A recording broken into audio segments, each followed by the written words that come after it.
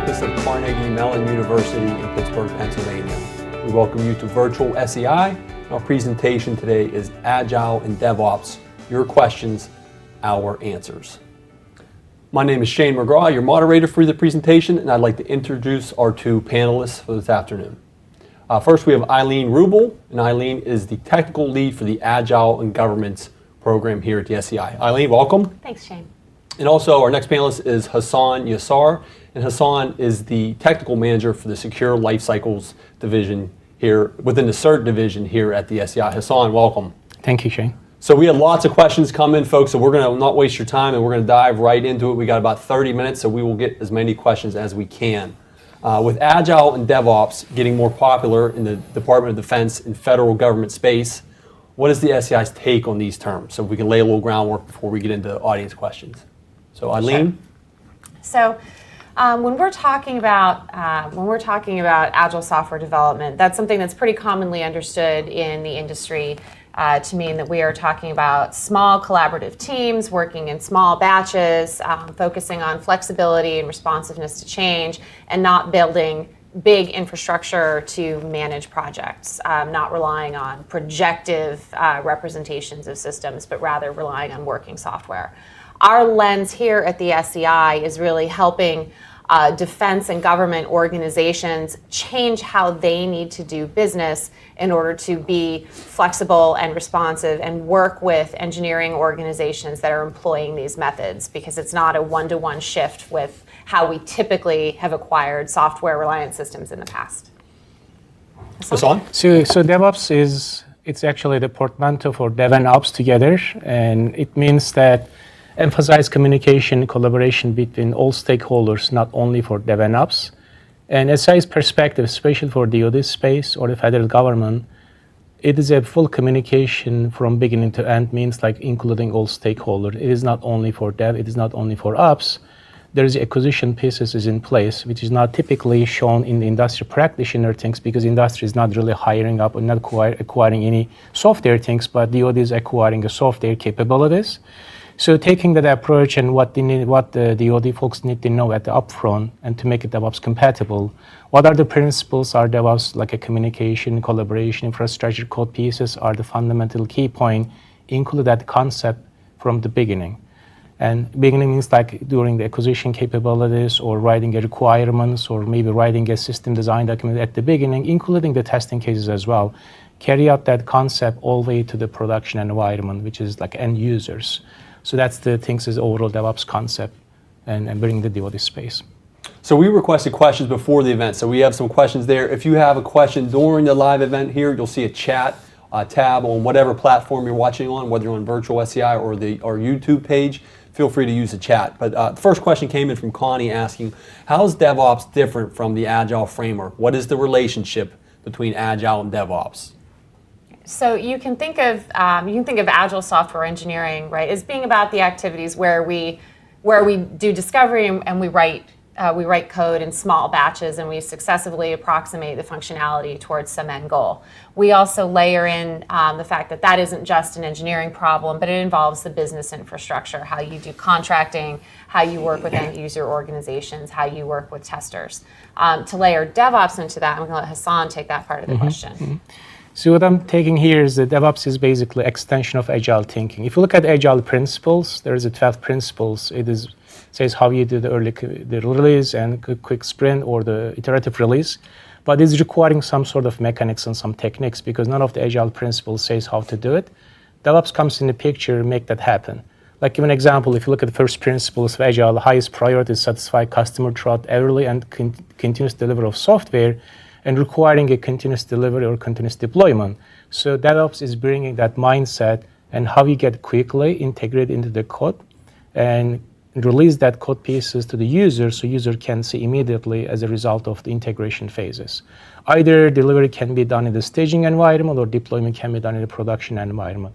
So that's basically thinking and the concept-wise, taking Agile concept from development perspective and carry out to the operational side of it, because the Agile is not looking for specific operation perspective. DevOps is covering up operational perspective all the way to the end users and having a feedback back to the Agile team. That's a relationship, I can describe that. So maybe we can talk about more which one is better to other. There is no such which one is better to other. It's complementing each other.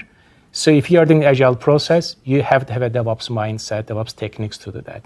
If you are doing the DevOps, you should have some architectural, some work-wise to make it more iterative release, which is requiring some agile techniques as well. So kind of a hand-in-hand together, it's complementing each other's. One is the technical side of it I can describe, one is more about the process, more about the software development activities. So just a quick comment from Joe asking, how do you get started with DevOps and Agile? Are there frameworks you suggest? How you started, there is a three components actually how you started. It is requiring the people they should know about agile process and techniques, and how you do the agile Scrum, maybe the Kanban, whatever the practices they are following agile principle, which I'm going to hand it over to Eileen. You can get more. But for DevOps perspective, it is requiring a platform because it's requiring some tool set. And also changing mindset, how you communicate, how you collaborate that. So basically DevOps has 4 fundamental principles, like the communication and collaboration, infrastructure as a code, automation, and monitoring. So to establish the 4 principles, you're going to start from the first one is the communication. So look for the team and how we're going to communicate each other.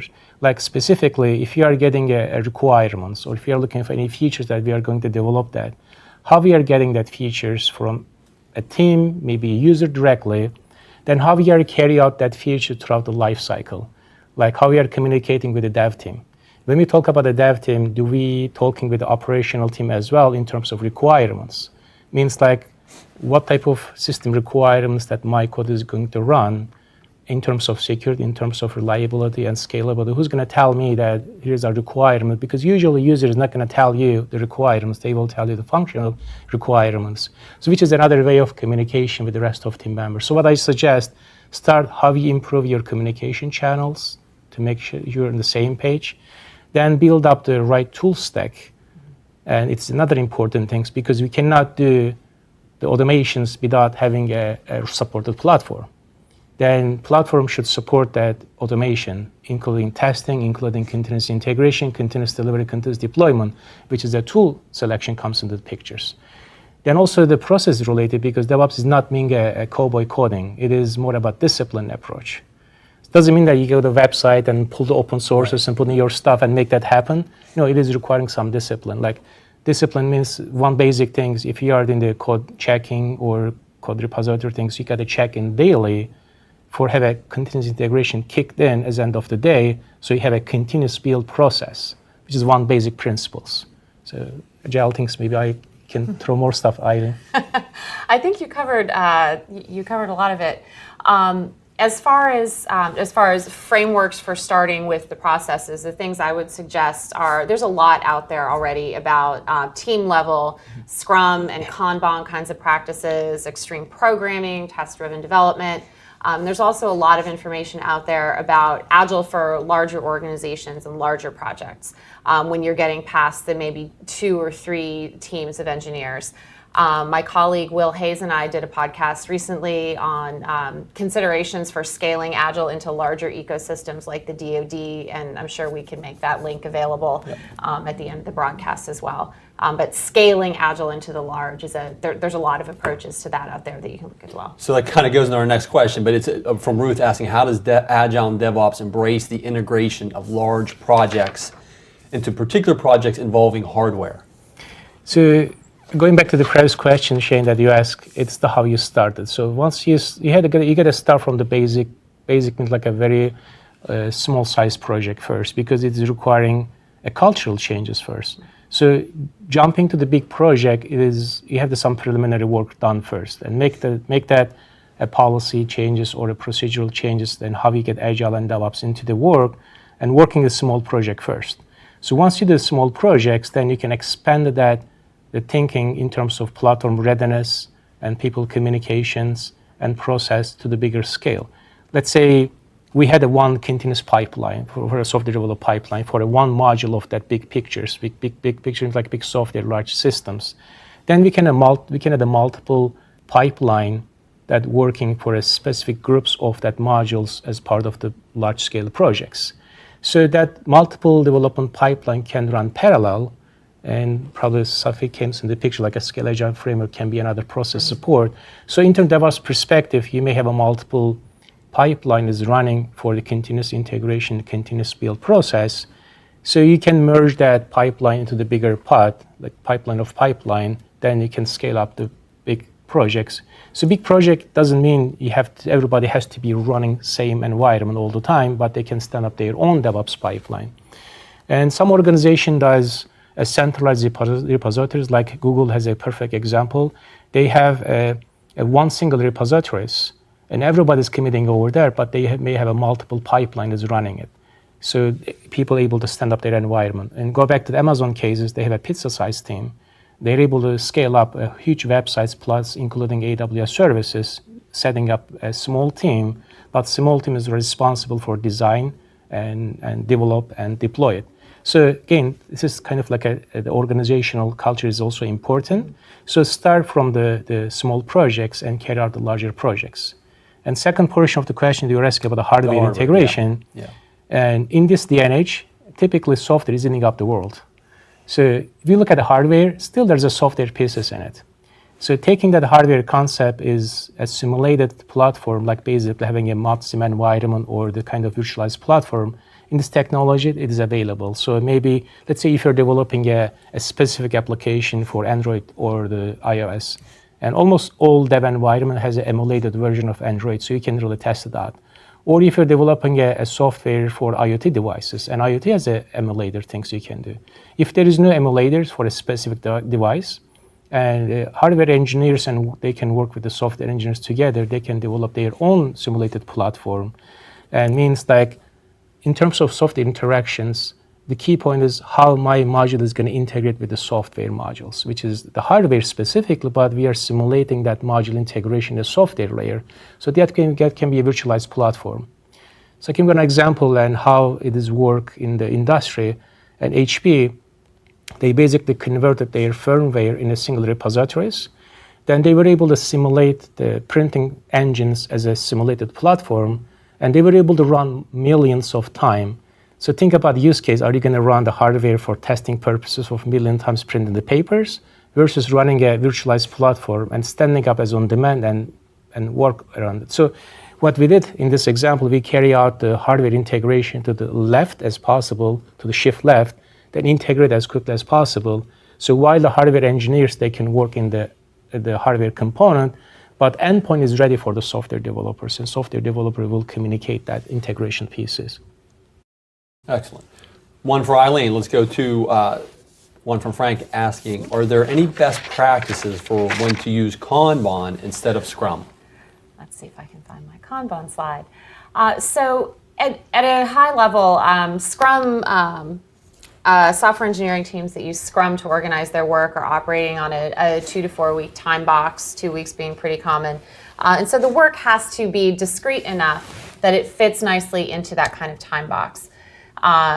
Kanban approaches can be really effective when things don't size that way. Think about things like research-oriented tasks where we might have to go out and study. We might have to develop a few algorithms and run them through some test data to determine which one we want to pursue.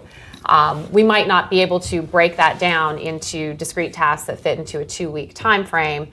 But we do know we don't want to take on more work that we can handle. So Kanban gives us another way to still limit the amount of work in progress. But we're just focusing on only taking on 1, 2, 3 things at a time. But we're not necessarily boxing them into that 2-week conclusion. If we've got teams that are organizing their work this way, working with teams that are using more of a Scrum approach with that 2-week time box, we can still keep a communication cadence between those teams at that 2-week marker so that we understand what the status of the work is. It's also anything that can be sort of service oriented in terms of a business service, or maybe like things that involve ticketing, like a lot of our military systems in sustainment will get a defect in from the field that enters a queue, and those defect reports are addressed almost on a ticketing basis. And Kanban approaches are really effective for that when the actual development activity doesn't happen in a 2-week window, but it happens usually based on a release of funds or an arrival of something from the field. So I hope that's helpful. Okay. How about one for let's go back to Hassan. How does Kanban and DevOps link together? So going back to the relationship with Agile and then DevOps thinking, so the Kanban is one of the techniques that the Agile works. So it is a subset of the Agile processes, either Kanban or Scrum. Then when you put the work in place, like either using a Kanban or Scrum, specific Kanban we are talking about, giving the features, it's going to get developed from the code, from the developers, and carry out that features and build it as part of the CI server and deliver to the staging environment based on that features. So DevOps is going to give the capabilities, taking that the Kanban features that has to be done, either let's say to do things which is the current the program people are going to do, and doing which is right now the people are working on it, which is the developers are working on it, and get a feedback from a user for a given feature set. So as Aylan said, if there is no time box specifically, if you are focusing for a feature specifically to deliver it to the users, it's a relationship how you do the Kanban and DevOps together. But again, DevOps is not looking for specifically how you do get the features is in place. Sometimes you can do Scrumban. Like I see some organization does a Scrumban, which is a little bit Scrum things and having a daily activities, putting it through a sprint, but putting the features in it as the Kanban features into the either the backlog or to do, and then carry out the DevOps process. So as long as if you are able to trace the work, which is either through the Scrum and Kanban, and put into your CI environment, and map that changes back into your case management, which is typically Scrum and Kanban things you're doing it, and have a feedback for that work has to be done. So the feedback is the key point here. Feedback is getting from users directly, or feedback is going to be from operational people directly. So get the feedback for a giving features. So that depends on how the teams are agreed on it, and how team is going to work, maybe the Scrum or Kanban, but team has to decide what type of process are we going to use, put in the DevOps pipeline, get feedback throughout the pipeline. I think it's important to note that there isn't a need to be a perfect Scrum model or a perfect Kanban model. It's really about limiting the amount of work that you're doing in any given time so that you can finish everything that you've started and get that rapid feedback from the users. So really whatever works for a development team, whatever is understood by that whole organization, it doesn't really matter whether it's Scrum or Kanban at that point. But one thing I would like to suggest that it doesn't mean every developer has to do its own thinking. It has to be a collaboration and communication amongst the team member. If the team are working an application or a product, that team has to use the same process. If they're using the Kanban, everybody has to use the Kanban. I cannot use a Kanban, and she's going to use the Scrum. It doesn't make sense. We have to be in the same page to make it a better product. Okay. We had a question come in from Junior asking, with Agile and DevOps, development, release, and deployment are moving faster in a more transparent way. Does this initiative become prone to insider threat, or is it going to bring more value to mitigate it? It is going to bring more value. It looks like it is a threat. It looks like you are getting transparency across all the stakeholders, all the projects, and including dev and the sec folks. But all team members are on the same page in terms of the business goals and responsibilities. So look at the inside the threat.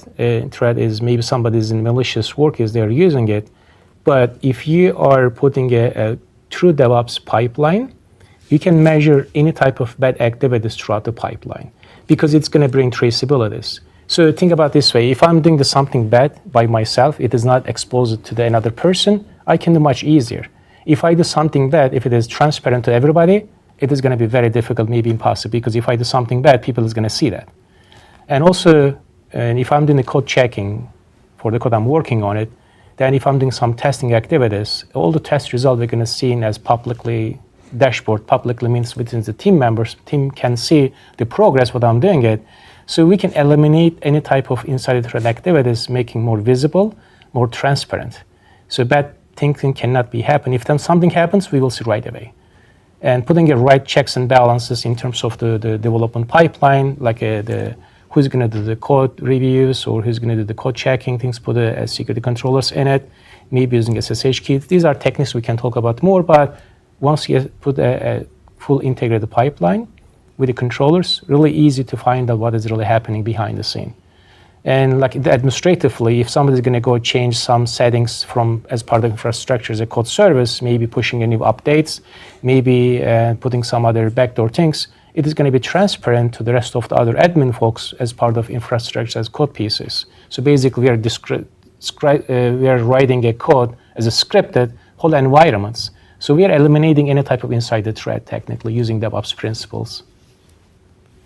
Eileen, anything to add there, or we can move on to the next? I think we should move on. Okay, so we got one from William asking, which data display techniques / charts / tools seem to be the most preferred / effective for the teams for communicating status progress to senior leadership?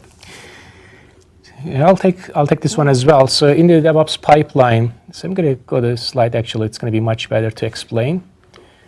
So this is basically a model for continuous integration. So if you look at that slide, and we would like to collect the data from various phases in life cycle. So what are the various phases are, and collecting data during the build process. That's one effective way.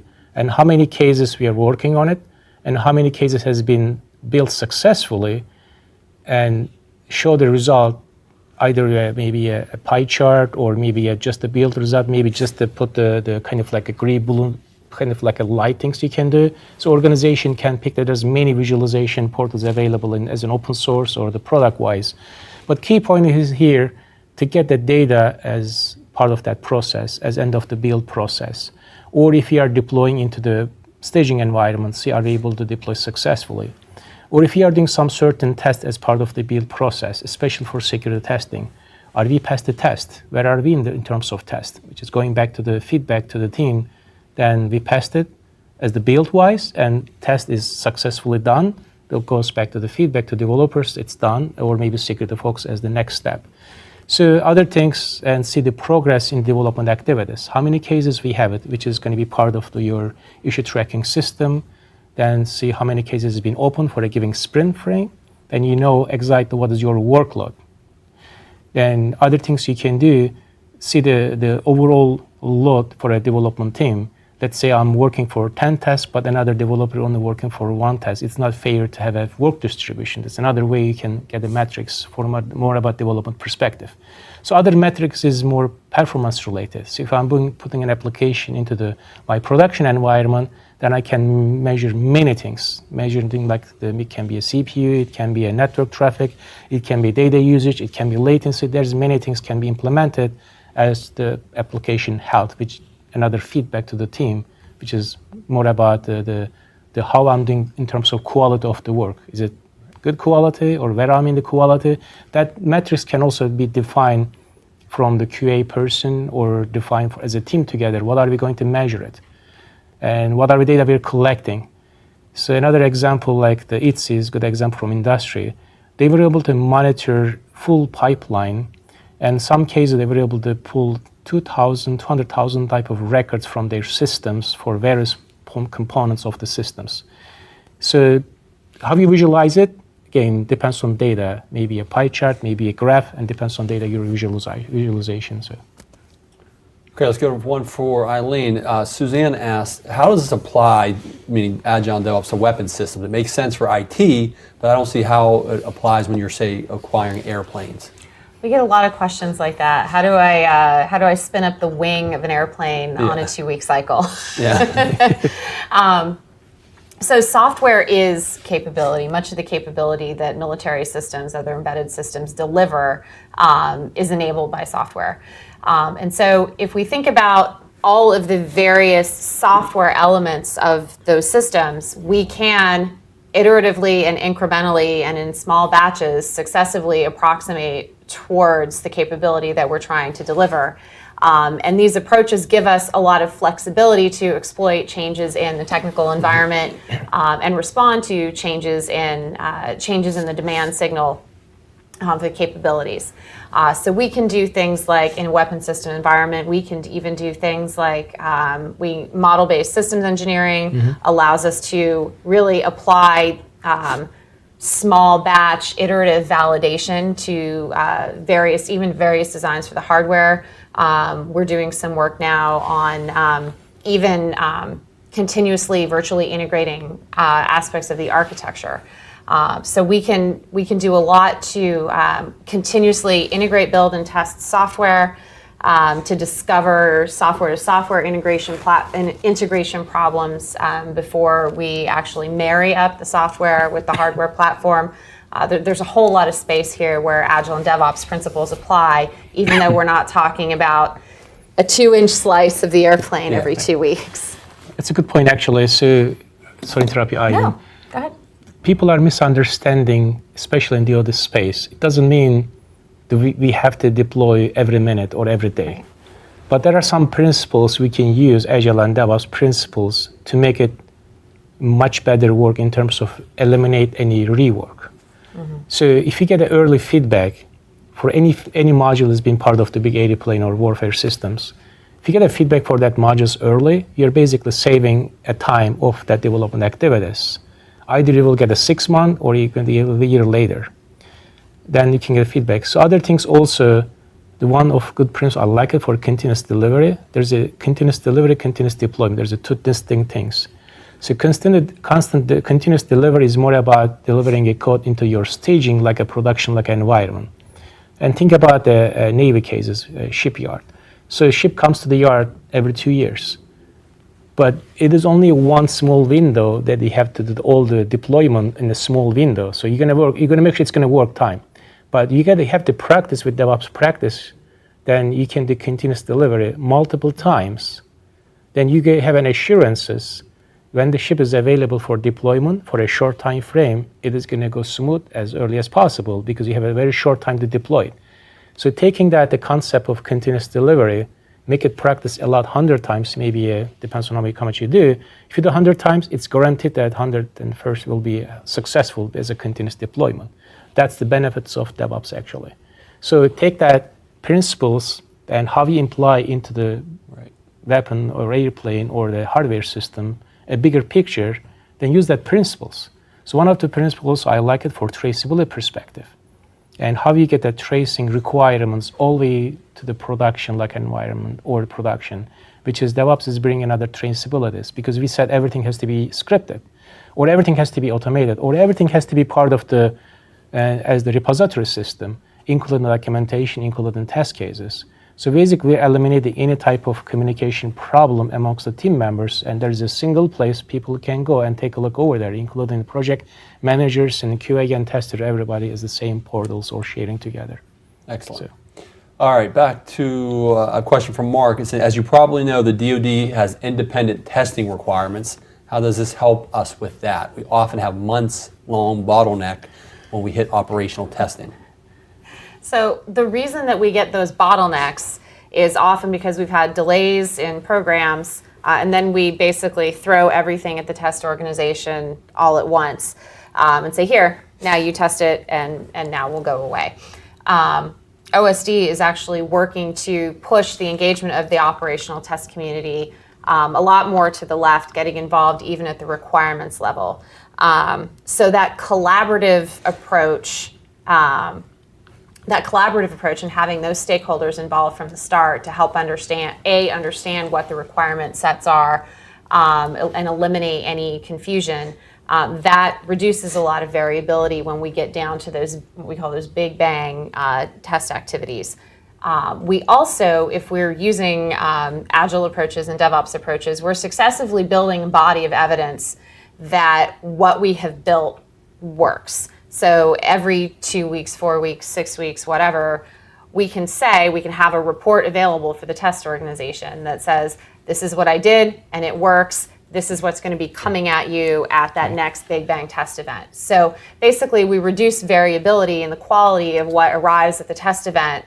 So there's no mystery, and these should wind up being snooze fests rather than opportunities to discover a lot of problems because we've been doing this continuous integration and continuous delivery all along. And I'll let Hassan add any other thoughts. One more thing added, and if they're working as a silo, that means if the tester groups are working by themselves, not talking with the dev or not talking with the users directly, it's going to fail because Agile and DevOps says you have to have a collaboration, so you have to have early engagements. So whoever is writing a test cases, and they have to share upfront early and maybe work together with the users directly. or sharing the script, what they wrote it, and share with the script with the dev team or the CI team, so they will implement the continuous integration. We don't have enough time, seems, but we can talk more. Yeah, we got about a minute left, so I'm Right. going to go just rapid fire. How about the shortest answer possible to as many questions as we can? We had a question from Tushar asking, from an implementation perspective, can we make a model where Agile focuses on process and mindset, and DevOps is about engineering practices encompassing development, operations, and support, testing, and security? Is that It looks like a fair grouping things, but still, DevOps is requiring a little bit of cultural changes as Yeah. well. So if you're able to get the cultural changes as part of Agile process, I'm okay with that definition. Yes, me too. from William? Which data and metric seems most preferred by QA engineers working with DevOps teams? So the specific for, again, going back to I think we talked about a little bit about the visualization pieces. So metrics, you're looking for the how much defect we are fixing throughout the DevOps pipeline, and how much data we eliminate for rework. And key point is you don't want to do the rework, basically, measure that. And also measuring for the mean time to recover MTTR failures and other techniques to measure the data sets. And looking for the how much ticket we have at the beginning. Then open ticket means like either support, maybe open cases, and how much we solve using DevOps techniques, and eliminating any reworks. So that's another techniques, or the data has to be driven. And in terms of security this, and how much vulnerabilities or deficiencies in the program exist, eliminate that deficiencies based on the automated security testing. You can ensure that, and I had such and such deficiencies at the beginning, and I eliminate that. Here's the result of the feedback as a report, so the other metrics can be collected. But specific metric has to be decided as a team together. What are our business goals is effective? What are my security goals I had to achieve it? So that metrics should be decided through the business and through the team together. But these are things I can suggest definitely you should have it, and you can get more on top of it. Anything to add there, Eileen, or we? No, that was great. Okay, so that's about 2 o'clock now. I just wanted to give a quick plug for a symposium we have at the end of this month in Washington, D.C. It's the Software and Cyber Solutions Symposium, and the theme is DevOps and Agile. So if you like what you heard today, this is going to be right down your alley. Again, it'll take place in Arlington, Virginia. Eileen and Hassan both are talking, so you want to give a quick plug on what you guys will be speaking about at the symposium? We're really both going to be talking about how these approaches aren't just limited to just the bits and bytes. I'm going to be talking about how they can be leveraged across the organizations into services and how management behavior fits into that. We're going to be doing some tutorials on metrics for program oversight for DoD executives, and agile readiness and fit, looking at organizational pitfalls and risk and investment for pursuing agile adoption for DoD and government executives. Hassan? So I'm delivering a tutorial on the first day and on the DevOps, more about the management things, because it's also requiring some cultural changes, especially in the very highly regulated environment like DoD, and what type of things the managers they have to know to their job is better in DevOps way, which is I'm going to give a tutorial 4 hours. Then I will deliver a talk about the implementation barriers. So it looks like it is very hard to implement, but I will show it is not that hard to implement. So I will have a talk on that, what are the barriers and enable us implementing DevOps properly, and including security concept. Also, we're going to have a panel and sharing the best practices from industry and also DoD, and how DoD did it, how the folks in industry did it, have come together and share their experience, including security, and how the DevOps is enabling to include security into their process. And folks, I left out the best part. It's free. The symposium itself is free. There's tutorials on the 26th and 28th that are also free for .mil and .gov attendees, small cost to industry. But we'll send out more information on the symposium. Probably this evening you'll get an email with the archive to this event and information about the symposium, so we hope you can attend.